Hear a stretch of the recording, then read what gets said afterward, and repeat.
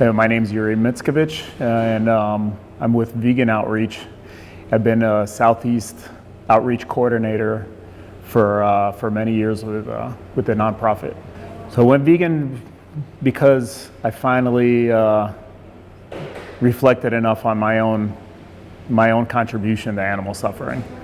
And even though this is kind of like what the culture teaches us all is right and normal, I still didn't feel that was right for me.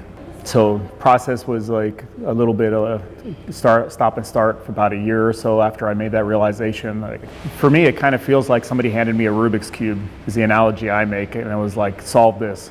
Until you solve this, you're gonna keep contributing to animal suffering. And so it was really challenging for a little while until I sort of figured out how to get there. What was the thing that triggered it though? What really made you do it? Like, was there a catalyst, something you saw, read?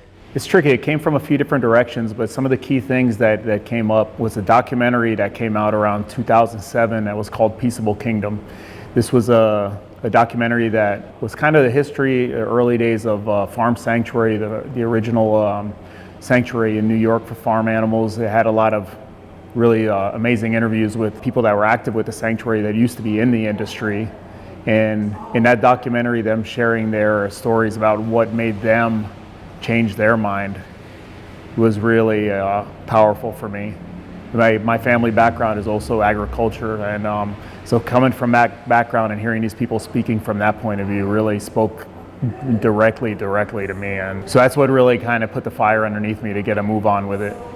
And around that time, thankfully, I actually had a partner. My girlfriend Isabel at that time was a vegetarian from a very young age, and I had no idea that there was any kind of alternatives for chicken or burgers or anything like that back then, which also kind of gave me like constructive idea that that's like something doable, which I hadn't really understood before that. Was it something in that documentary or something somebody said in particular that spoke to you regarding animals or health or environment? It was definitely focused on animals. In the interview too, it's like these farmers, former cattlemen, pig farmers, talking about their own childhood and how they were sort of indoctrinated to believe that what they were doing was what they were supposed to be doing and following in family tradition. There was just something in the emotional way that they communicated that guilt that they felt and that they sensed when they were challenged to make that same choice, which for me was that exact moment where I was finding myself in that time when what they were talking about. So being confronted with the animal suffering and emotionally feeling it and still burying it, how clearly they spelled that out in the way that's something how a lot of us internally, the way it works, really made it crystal clear that this mechanism works to silence a lot of people that would like think otherwise and makes them silence themselves. And that just definitely seeing others make that mistake, or if only for a little while, and tell about how they maneuvered through it was really powerful for me to hear. That's when I began working towards it. It took me a few tries to go vegetarian. Eventually when I got that down, going vegan wasn't that hard at all. You said the mechanism. What do you mean, the industry? The culture and the industry, and the way the industry is really like just deep in there in our consciousness as a culture, and the way that they've sort of got this foundational story that we all believe that they're serving us this healthy food that we all need to sustain ourselves, and that that's the only way to be healthy. They have that narrative sort of under control, really tight. And so you don't really see it unless you get a whisper of it. Maybe like seeing a documentary like that, or like now thankfully there's many documentaries that you can come across that will share that. Thankfully, that's happening. Before that, it was really difficult to sort of get that bug in your ear and like start researching for yourself and finding out what really is like true to you. What did you notice different after becoming vegan? Physically, mentally, or emotionally? Anything? Well, once I got there was kind of relief.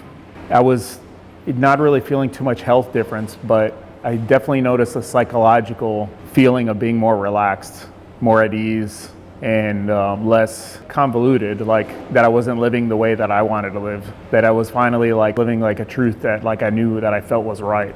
So it was more like a psychological benefit, feeling more stress-free, not so much as like a health benefit. I think early on I really didn't understand that it was still a healthier way to live. I thought that my health was going to be taking a hit. It was going to be a sacrifice to do it, and it wasn't until like I had been doing it a little while and realized that that was totally like false that I kind of laughed and realized. But initially it was definitely more psychological and like feeling much less anxious, much less stress, and that I wasn't living by my values. That step, that knowing that you're living the way that you know is right and like not causing harm, helps you so much mentally. That really is what I noticed at first the most. The year that documentary came out and I came across it, Peaceable Kingdom, that was 2007. It was coming through Miami. The filmmakers, thankfully, were taking it on a tour and doing viewings for college audiences. And they came to Miami-Dade College. And my partner who was with at that time told me about it and got me to come out.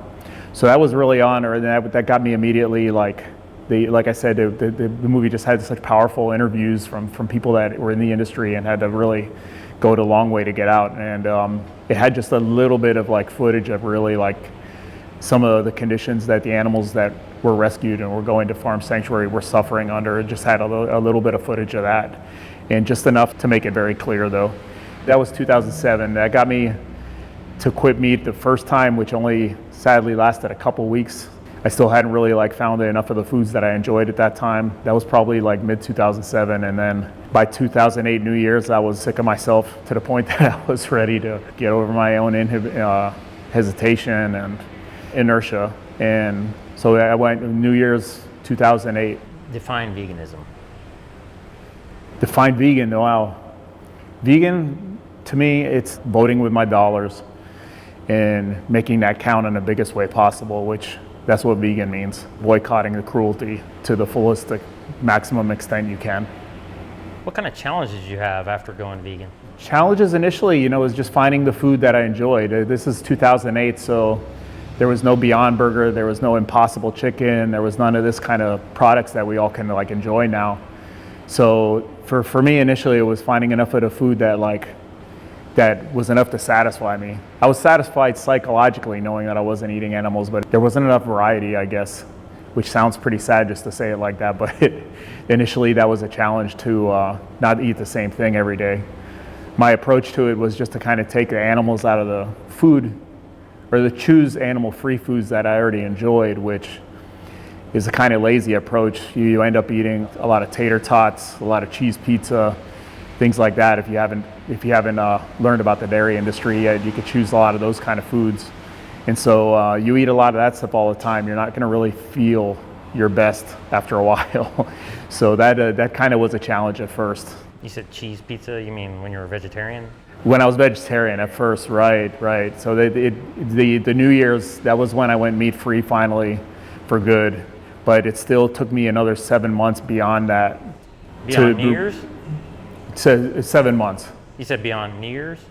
Beyond New Year's when I made that choice, the New Year's resolution I made to give up meat. That was 2008 New Year's, and 2008 July, by that time, I was satisfied with it, but I wasn't really, I was still learning what vegan meant in totality, which I hadn't really considered too much. Eggs in food that you eat and dairy additives and things like that. But thankfully, I made the choice that year to attend the National Animal Rights Conference, which was in Washington, D.C. that summer. I was pretty satisfied with the choice of the changes I had made with eating, but I still had this feeling that there was more that I could do. And that was kind of the purpose of why I attended that conference. And going up there and being in a conference hall with 800 vegans was life-changing. It was just like a kind of energy in the room, that feeling like people say that your tribe, you feel you recognize your tribe. From that point on, I knew that's where I belonged, and it was just like a question of like a light switch where I started paying attention to like avoiding dairy and not eating any kind of real cheese or anything like that. So from there, I've been vegan since the summer of 2008, since then. And what were the challenges after becoming vegan? That's a good question. I don't know if there was any challenges after that. I feel like somebody like me that struggled and took a long time to find their way there. We sort of already gone through most of the struggles, I think, before we made it to vegan. And it's kind of like when you finally get there and you have no challenges and you're home free in a way. So that's a good question, but I'm not sure if I did have any challenges after I made it finally. What are the most important reasons for you to be vegan now? What I found powerful about it at first, I think still stands to this day about why this is something everybody should do. When we were making this choice and we were removing all of our financial involvement in animal cruelty industry, it's basically each and every one of us making that choice to boycott it and removing our support. I still feel like that's the most important thing for any of us to do. If we're against animal suffering, if we're against animal cruelty, any unnecessary suffering, which all food-related suffering is, then that's the choice naturally we all have to come to boycott it completely. That's the focus of it.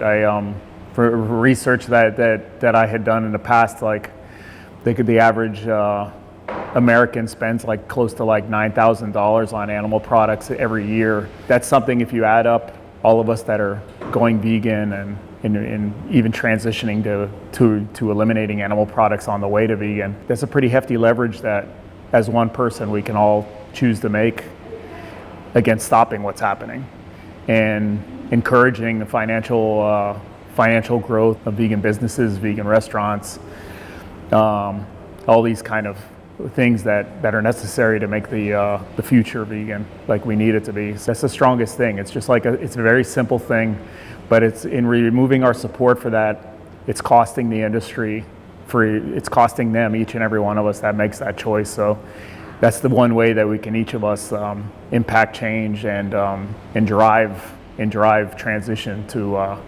animal-free life, which we need, which we won't have a future if we don't get to that. So that still to me is the most impactful thing. We can all have that impact. It's going to take more of us. So that's something we need more people to take up that stand and join the fight.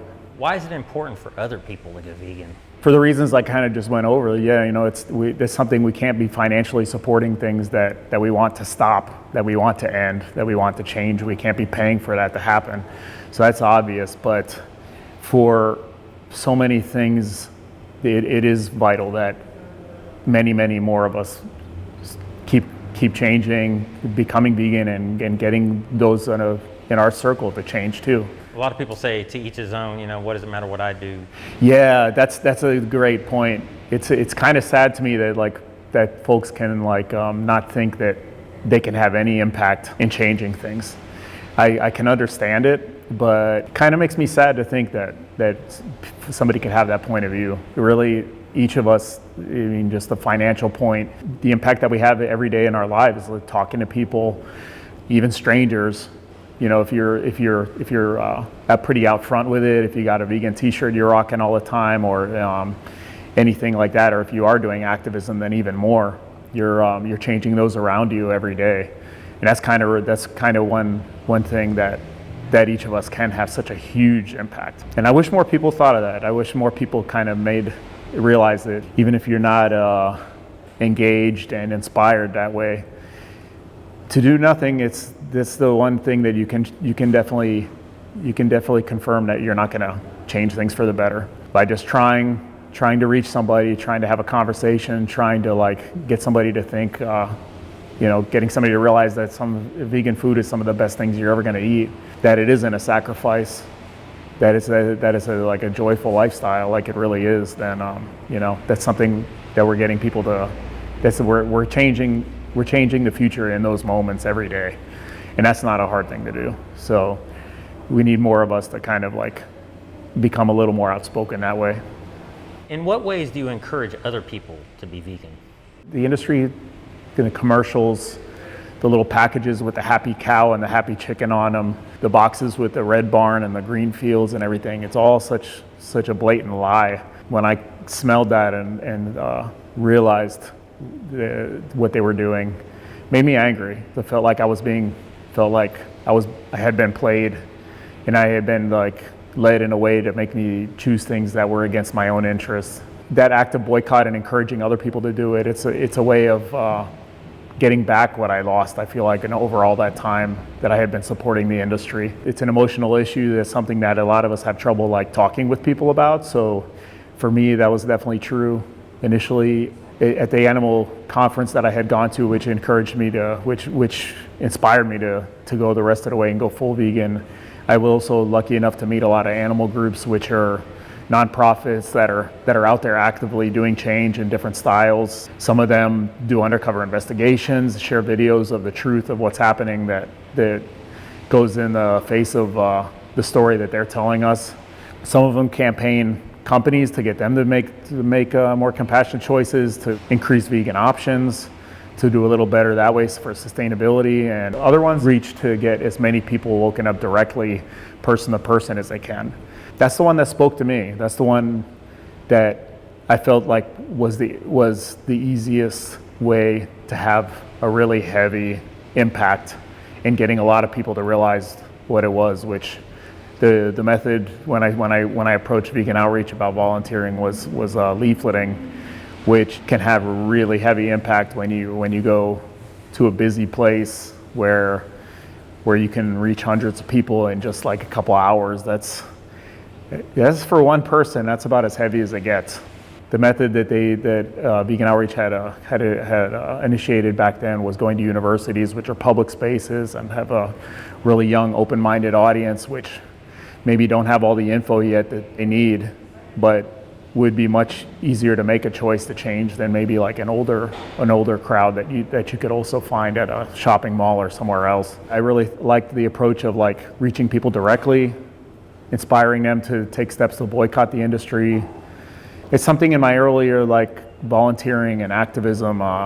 Before going vegan, I had also done a lot of environmental activism. A lot of those campaigns that I took part in, I felt really missed that really heavy, impactful aspect of reaching people and convincing them to stop supporting these industries. So when I came across Vegan Outreach and I found out that you could get these leaflets for free on your day off, you could just take them and go to a university anywhere and hand out like 300, 400, 500, 1,000 of them and wake people up that way, giving them that invitation to join you in making change. Give us an example of how you're doing that. I guess you basically live in a van, right? And you travel all over the country, you go to different universities and other types of places. And so just kind of give us a quick rundown on how that goes. I did a lot of time volunteering with Vegan Outreach before I had a vehicle. I lived in Miami, big city, a lot of universities there that you can reach just by taking a bus or whatever. But like finally being able to come on board and travel as an employee with them, I was able to do that full time, going to a different college every day during the semester when school was in, which I did for a number of years too. So in that kind of evolving over my time, like seeing that you could actually live out of a vehicle and you didn't need a whole house full of stuff. You could just have a suitcase or a backpack or a duffel bag and live out of that for a few months.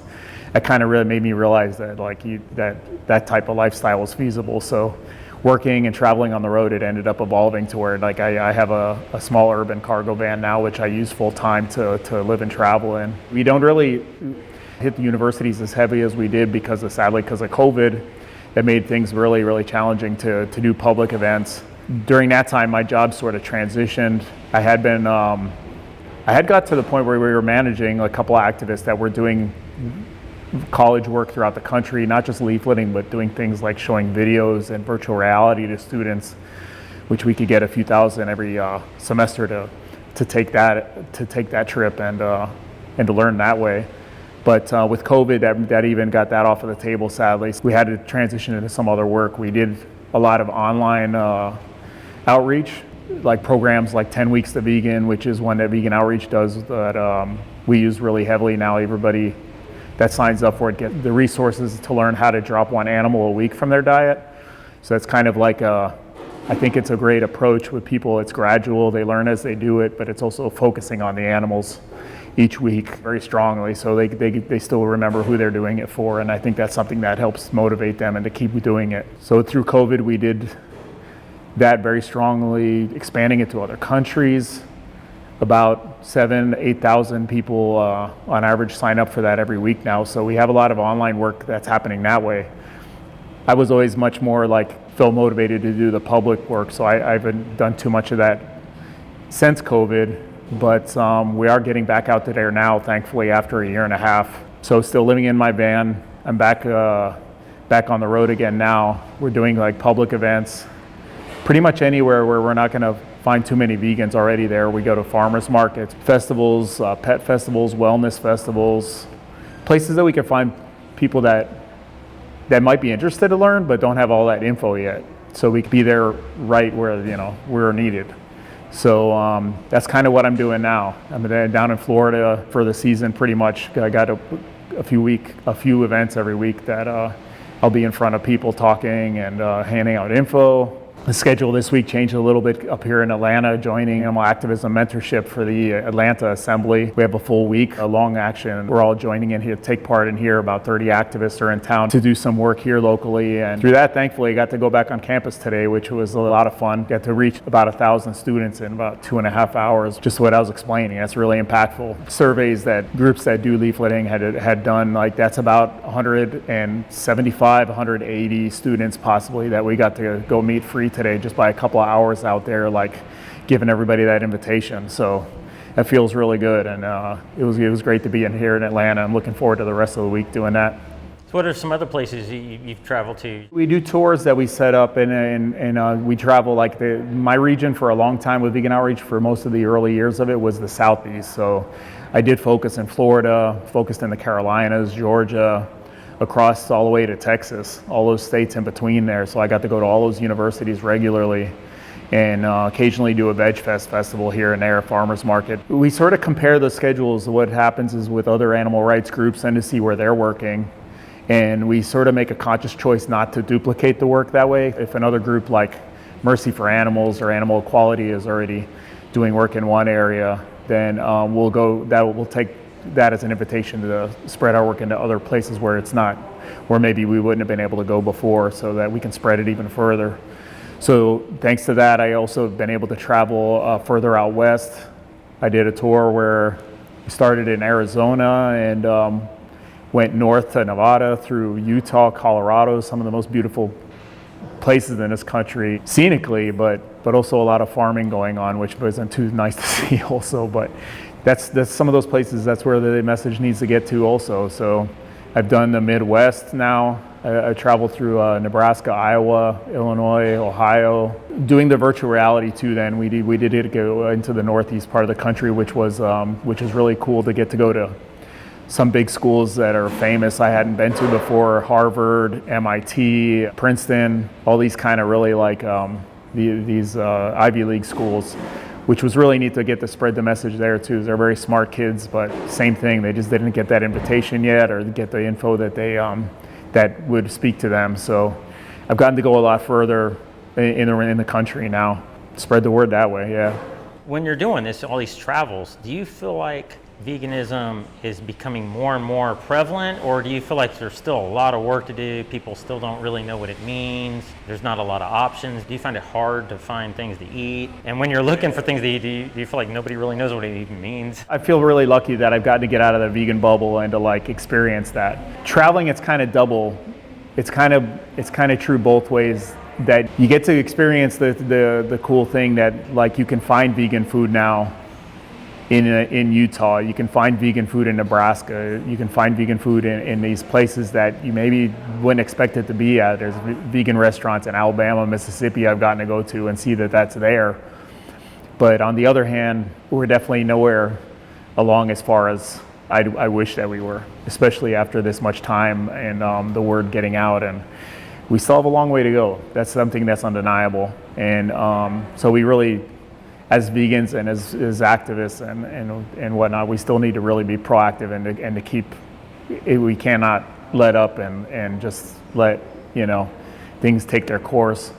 We still need to be really active in getting the word out, really reaching people as extensively as we can.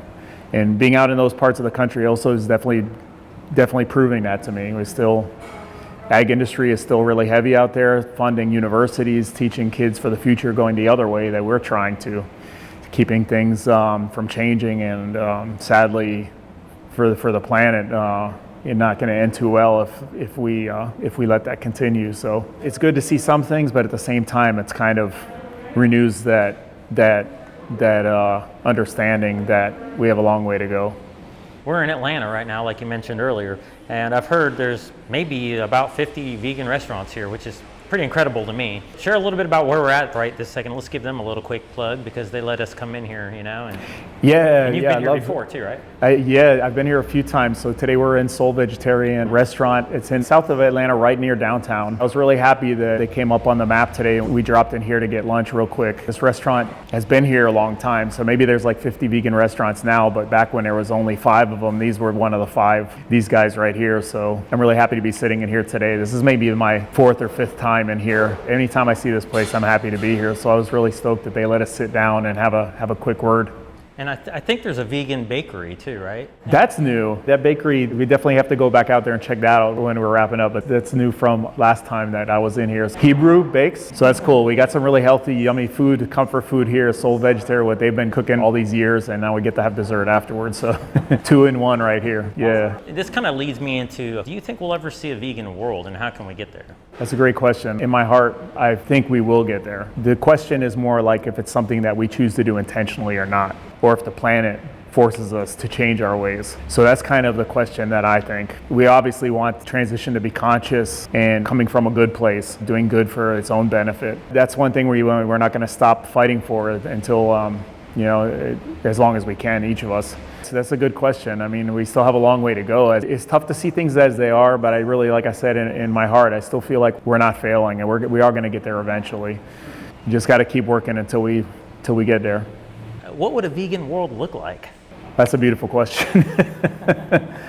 Some of the benefits that everybody knows of, like ecological, thank you. For climate change, those kind of things that are reversing all these things that we're seeing with global warming, species being driven to extinction because of global warming and habitat change. Ending those things is going to have its own benefits. One other change that I think not too many people talk about that's going to be really impactful too is reducing the amount of violence in society, which in human culture right now, sadly, is just beyond anybody's ability to describe how violent we are as a species.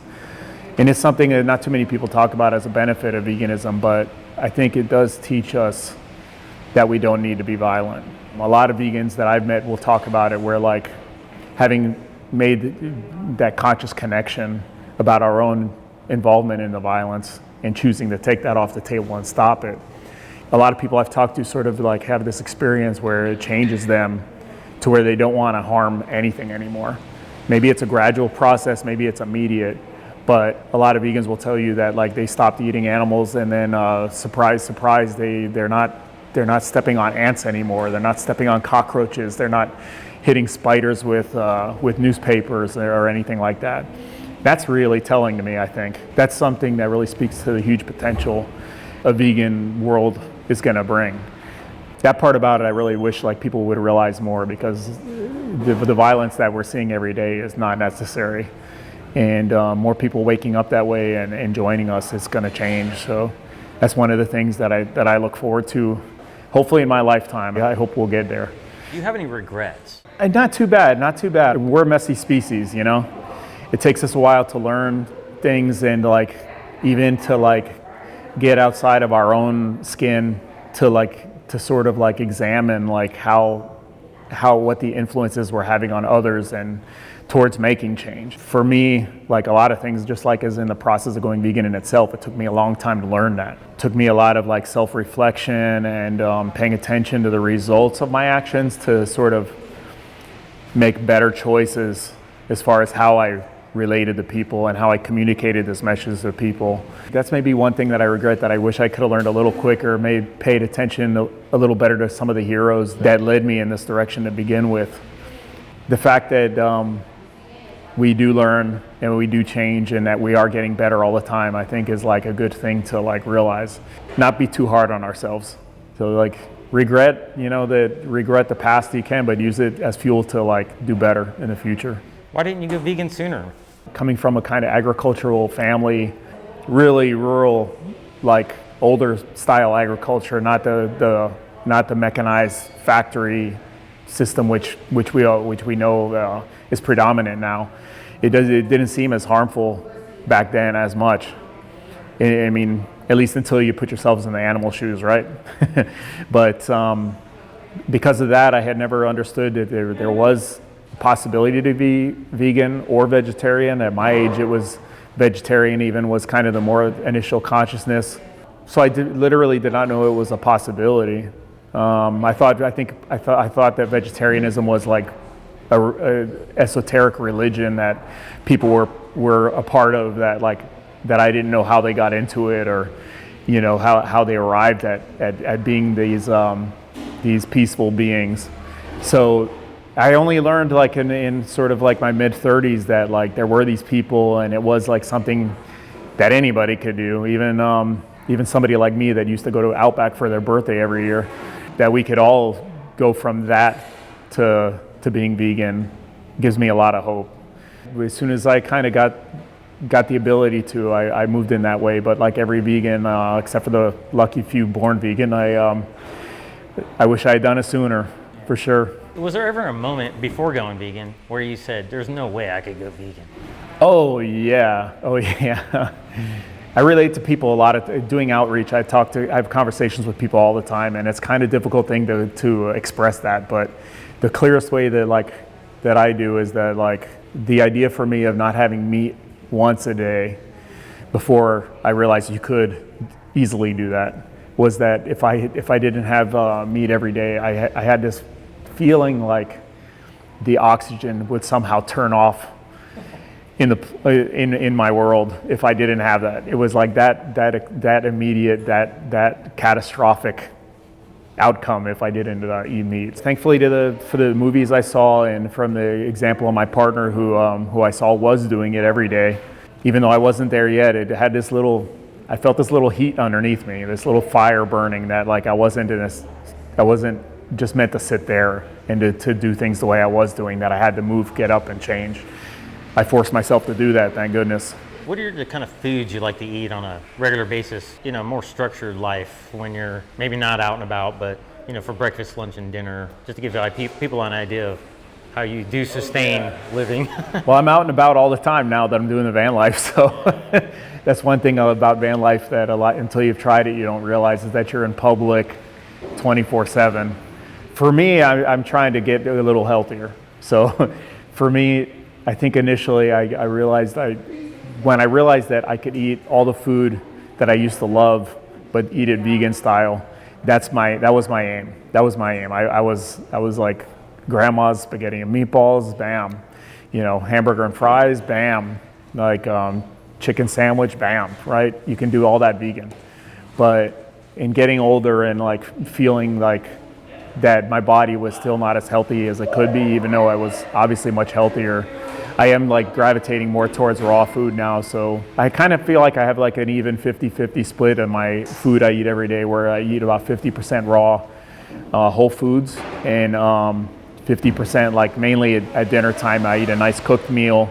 If I'm in the van, then I eat on my camping stove. I make some ramen with Beyond Burgers, some rice. I love, any vegan, I love my potatoes. I would make some mashed potatoes or some fries. Having an air fryer is something that I just got to have the joy of the last year or so. And with that, I made a lot of really great food also, making French fries at home. That's kind of what I've gone towards now, is trying to eat more whole foods style, better nutrients and cleaner, and helping your digestion too, not having so much processed food that way, even if it is vegan. I think it's something is helpful for everybody. So that's what I'm leaning towards now. Is it expensive to be vegan? Not at all, no. You could probably do it that way, but I try to tell people working for a nonprofit, even before the nonprofit, I've never had a really high paying job. So for me, I just realized that, before I was vegan and now being vegan and working for this nonprofit, I've never made a lot of money. So, vegan and non-vegan, I've been broke equally both times. It's no difference. All the foods that that are the staples of vegan eating are all really cheap. And that's why most of like food aid groups in the world, that's what they focus mostly on is vegetarian meals for people, because it is the most economic way of sustaining and getting people nutrients, all the nutrients that they need. So it's definitely not expensive. You said vegetarian. Let's talk about that for a second. Is vegetarian significantly less cruel, or is it significantly pretty damn cruel? No, that's a great question, right? You know, we don't see the meat on the plate.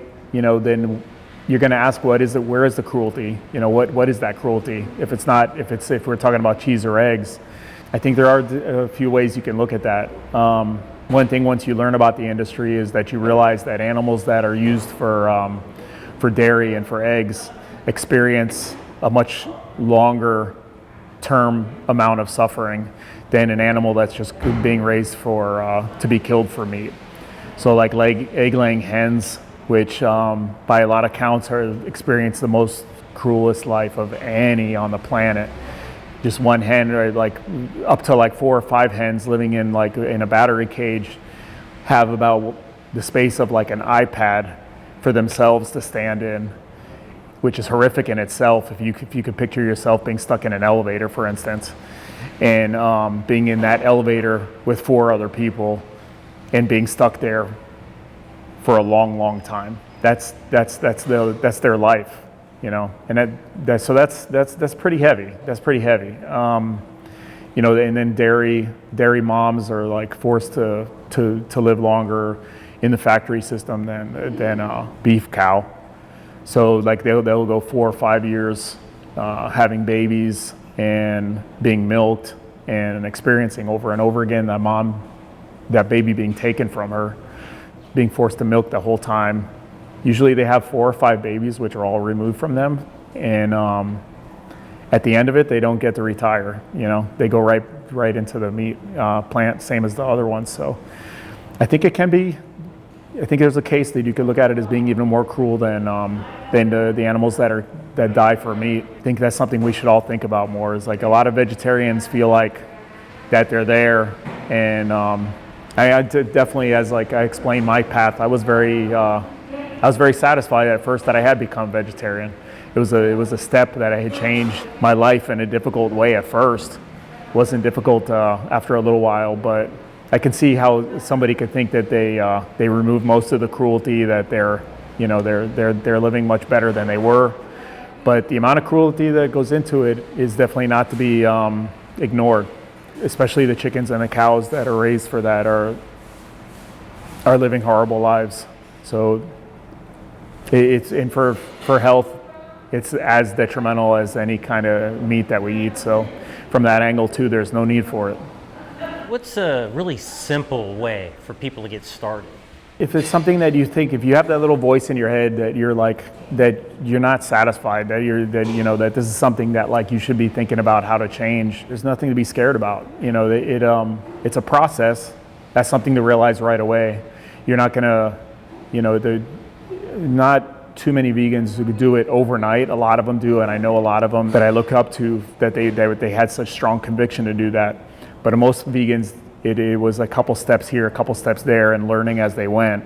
So going in knowing that like it is a process, and that like it might take you a minute to get all the way there, that shouldn't be any reason not to start. Maybe one thing that's impactful, I felt like for myself, was that like I was able to make the choice to eliminate all the animal products which I didn't enjoy much.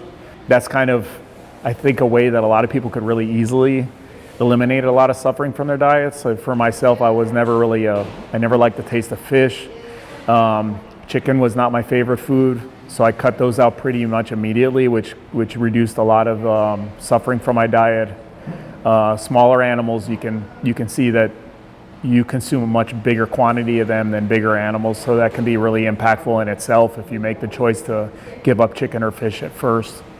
It's a process to learn how to get all the way through that. So whatever constructive steps you can take, start there. That's all. Just start. And you're going to find people around you, more and more people I talk to, have vegans in their everyday life. So it isn't as rare as it used to be. So if you have somebody at work, you know that you see them at work in a lunchroom eating that vegan meal every day, or like you have an aunt or uncle that you know is vegan, reach out to these people. You know, they just ask them simple questions: what they eat, maybe how they chose what made them realize that they could change, and sort of see like how they got there. I think that those kind of things can help people, can help you give some ideas on like how to get there yourself. Kind of a path that way. Delineate just concisely some resources that people might want to consider, like Vegan Outreach, maybe some other organizations, documentaries, books, whatever. Totally, yeah. There's a ton. I mean, thankfully, like I know, like in the beginning when I first was learning about it, internet was just kind of coming in, and I got to give props to like the people that went vegan before that used to have to write a letter to Vegan Outreach to ask for a flyer, or like Mercy for Animals or PETA. PETA is like been doing this, one of the longest groups in the country that has been getting the word out really actively, and they were sort of responsible for my own waking up in a way too, as like my grandmother was an early donor to PETA. When I was little, I remember that having some brochures on our kitchen table kind of opened my eyes a little bit way early on. Groups like that have all kind of resources. They have like literature, which you can reach out to them and they'll send it for free. A lot of them have online resources, online recipe series or transition challenges. Challenge 22 is a very popular one. There's one that's growing each year, which a lot of people sign up for to do it. It's just Veganuary. It's getting really big, especially in Europe, but here in the US as well. So you can go online and you can find those resources immediately right now. So the one that Vegan Outreach has been focusing on, I mentioned earlier, is called 10 Weeks to Vegan, which is a kind of a gradual step-by-step approach to take. So that's a good one to sign up for too. And all these online resources will give you recipes and product recommendations, things that you can find at like every single supermarket where you shop. So those are really good steps to look into. The way most people, a lot of people are waking up these days is thank goodness to all the documentaries and like all these like efforts that people made to put the info out there in that form early on. Even though it wasn't sort of like a technically vegan documentary, like a lot of students I used to meet were vegan because they watched Food Inc. A lot of these documentaries have a kind of like an investigative journalism approach where they're discovering something that's hidden, which is basically the way that the dynamic for a lot of us that we go through is like realizing that everything's not how we were told. So documentaries are really great. You can watch a ton of them on Netflix, What the Health, Cowspiracy. If you want something to really put the fire under you, then watch Earthlings, watch Dominion. If you need that really like strong motivation and to really understand what you're contributing to and to help you make the choice because you don't want to contribute to it, then those are some really great movies to watch. There's dozens of them now, so you can just kind of like get your fingers going on Google, see what's out there, and see what speaks to you. You know, the resources are humongous now. You have a favorite quote you want to share? Quotes, like what I find kind of most inspiring is like quotes to action. The powerful one by Reagan Russell I really like is that like you don't really know what good you're doing every time you're out there trying to make change, but you do know that it's very obvious if you don't get out there and do it, you know you're not doing anything. You know nothing's going to change. So even if you're not sure, if you're not like convinced of your impact, it's that easy. You know, it's not the same quote, but 90% of activism I feel like is just in showing up. The other one I don't know. I've seen this as like an African proverb. I don't really know where it came from, but as far as that, what I was saying earlier, the impact that each of us individually can have, you don't know what it is like to be impactful unless you've had a mosquito in your tent. For anyone that's been camping or enjoys camping and have had a mosquito in their tent, you really understand what that means. It just one little thing can really cause disruption, can really like get the process of change happening just by being that little mosquito. So like that's my other really favorite one that I always have in mind. Why do you think some people quit veganism? Like a lot of studies that I think I wouldn't be surprised, like 50% of people that try it at first like don't stay that. Yeah, but those studies I've never been in any of those studies, so how do they really know how many? No, that's a great question. That's a great question. You hear these studies and then you think it must be true, but that's what I was saying. That's what I said. I heard that. I don't even know anybody who's ever even been in any of these studies. That's true. That's true. So how accurate can they even be? But what you said, though, I mean, your question is true. It can be challenging, very challenging for some people, right? Mm-hmm.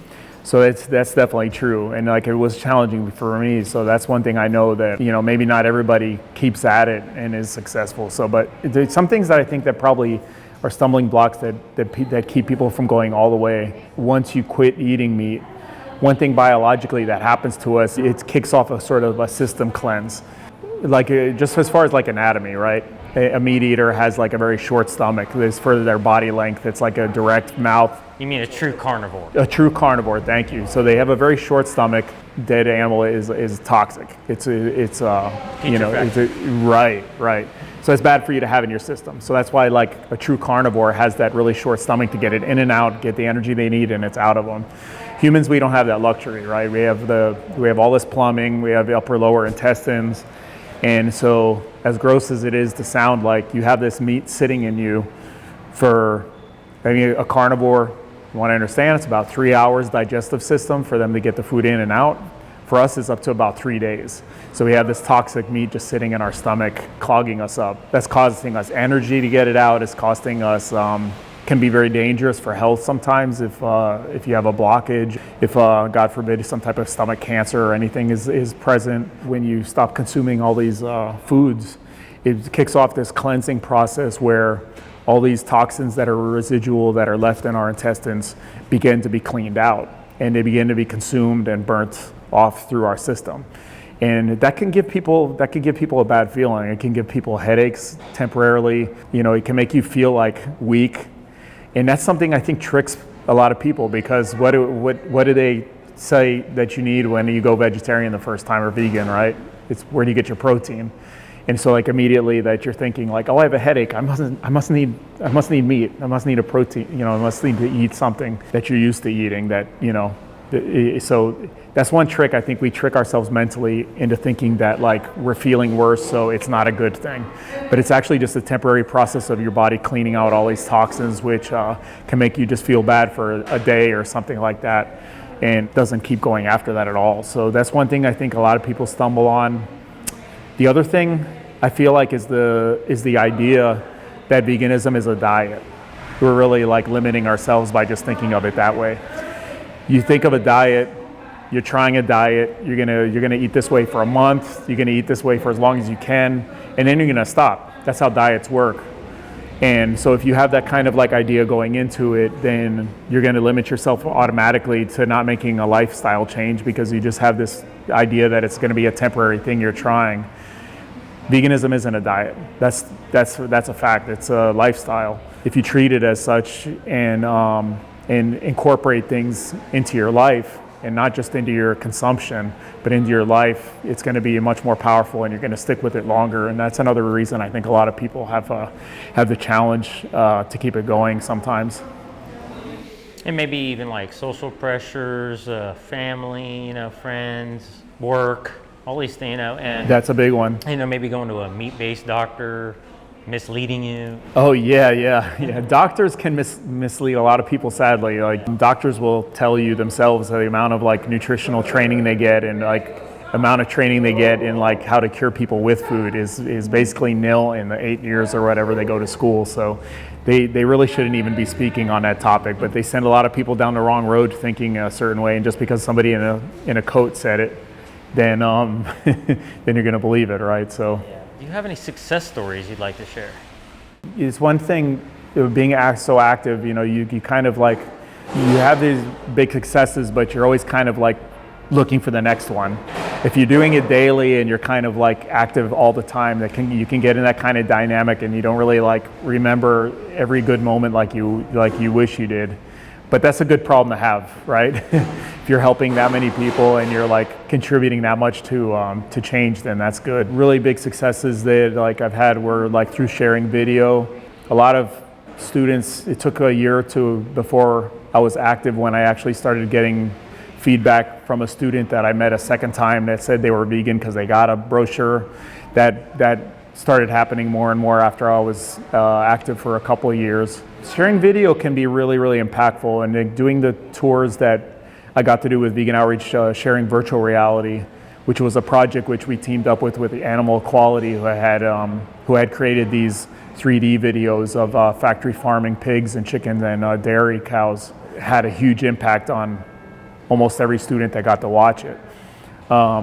A lot of schools we go to have have ag programs. A lot of them have environmental programs, but a lot of students that are trying to go into environmentalism still believe in things like hunting. The hunting industry tries to make it seem like they're helping animal populations, or somehow like helping the environment by killing animals, which is kind of ludicrous. But I remember one instance in particular was really powerful with a student that I met on the virtual reality tour, where we were in the University of Vermont in Burlington, where I had one of these students come up to the table, and we're always very encouraging, we're very friendly and inviting, and just trying to get them to have a conversation with us and finding out about them, so we could see how maybe we can help them by hearing their interests. But like, this one student was definitely interested and found the video to be intriguing, so he was willing to watch it. So we put it on him, and like a lot of people that do 5 minutes on the VR and then take off the headset, there's a perceptive change in them when they take it off, that they're a little more sober, and they're a little more like they're aware of the situation that you've been trying to express to them, that you've been trying to share. They're aware of it by just seeing that this video. So this student who was a hunter, sort of understanding what was going into the meat industry, we had a really good conversation. And one thing in that conversation in particular that was really impactful was that I was able to like ask him what it was he enjoyed about hunting. And what he told me at that time was that it was being able to be in the outdoors, to be able to enjoy nature. And it had nothing to do with killing. And so sort of seeing that from his point of view, I was able to sort of make the connection, like, well, by eating factory farm animals, by eating animals, by killing animals, you're contributing to the destruction of what you love.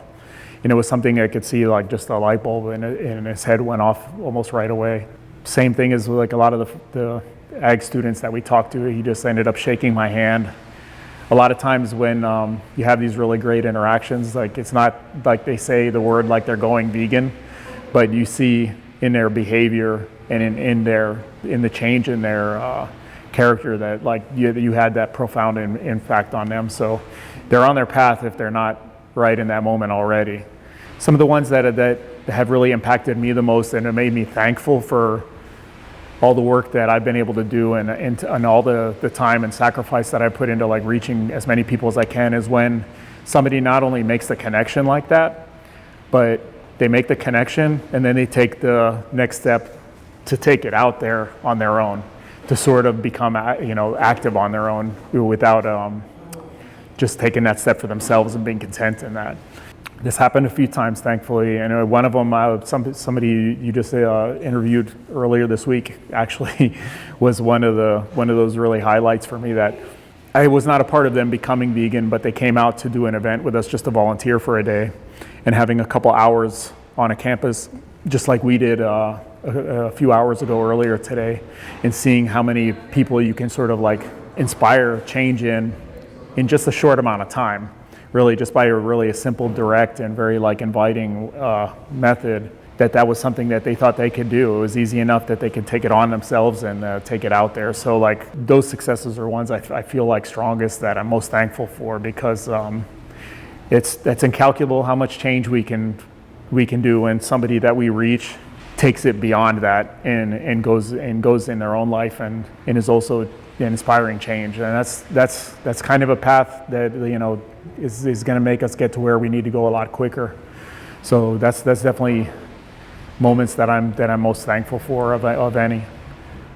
Is there any way somebody could reach you if they want, or look you up?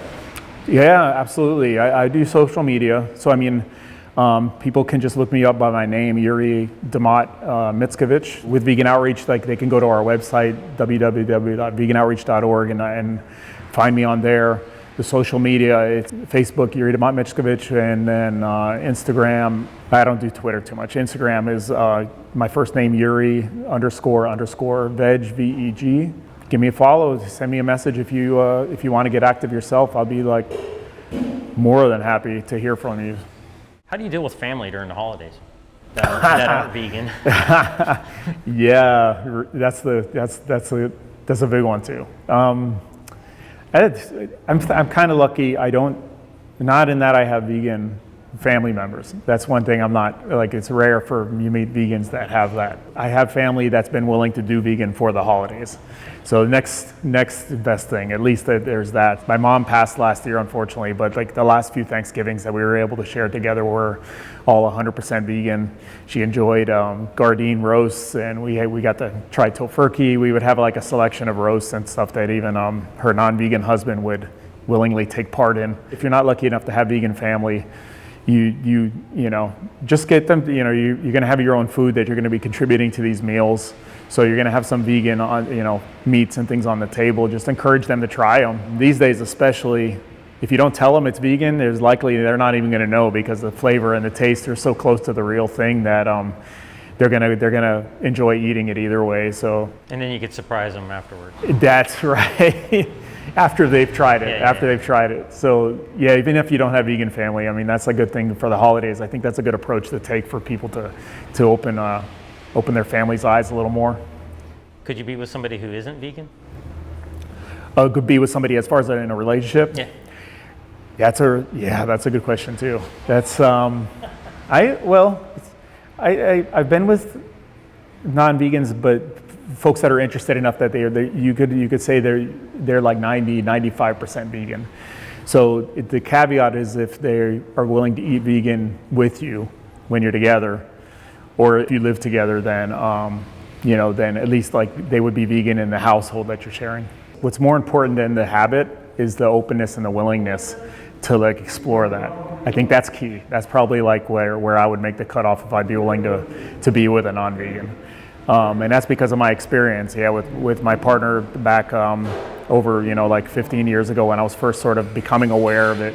She was vegetarian, and she didn't really encourage me, but we had this freezer full of veggie burgers and veggie chicken. She didn't hide the fact that that's all she ate. She was definitely open as she was vegetarian. So with me, it worked. I just was able to find the why and everything myself. And thanks to her showing me that it was possible, I was able to get there. And after she inspired me to go vegetarian, I helped her after 30 years being vegetarian. I helped her go vegan after that. So I think it can be a powerful thing for a couple to kind of discover that themselves with each other, So definitely be open to it. The main thing, I think, like I said, if they're willing to if they're willing to try it, maybe not be overnight, but that willingness and that openness. I've heard of so many success stories that way with couples that I know that's important consideration. And if they're not open, then I don't think so. How does it affect your friends? Like, did you have to get new friends? Did you get better quality friends? Yeah. When I try to think of that in my social circle back then, I mean, we talked earlier about it, that I had expressed like I was kind of like closet vegan for the first part about it, and like I don't think it was because I was worried about my friends and what they might think. I just think that I was wanted to test it out first for myself before I had put that out there, and that this was me now. And so I tried it that way quietly. And then once I did find out like how amazingly impactful and like how much it changed my life for the better, then I wouldn't shut up about it. So it was like went from being in the closet to like, hey everybody, check this out. After it was obvious I had done it already a long time, none of my friends really questioned me on the fact that like this was just a fad, or that this was something that was going to be temporary. And so I think because they saw how strongly I was into it, they didn't question it that much. They really saw me enjoying it and me, how much it changed my life for the better. And so like, I don't think if you have real friends that they would challenge that either. I don't think that they would question like something that's making your life better, and that you're finding so much, such huge benefits from. So If they're real friends, I don't think you have too much to worry about from them. When you're doing the activism, what do you usually say to people? So you don't really need to even say too much. I mean, that's one thing I love about leafleting, is that the papers you're handing out is like saying everything you need to say. So all your job is being friendly, inviting, and encouraging. And like, so when I'm handing out flyers, I'm really just kind of really like low key with it, like being friendly, like, you know, hey, you want to take a look at this?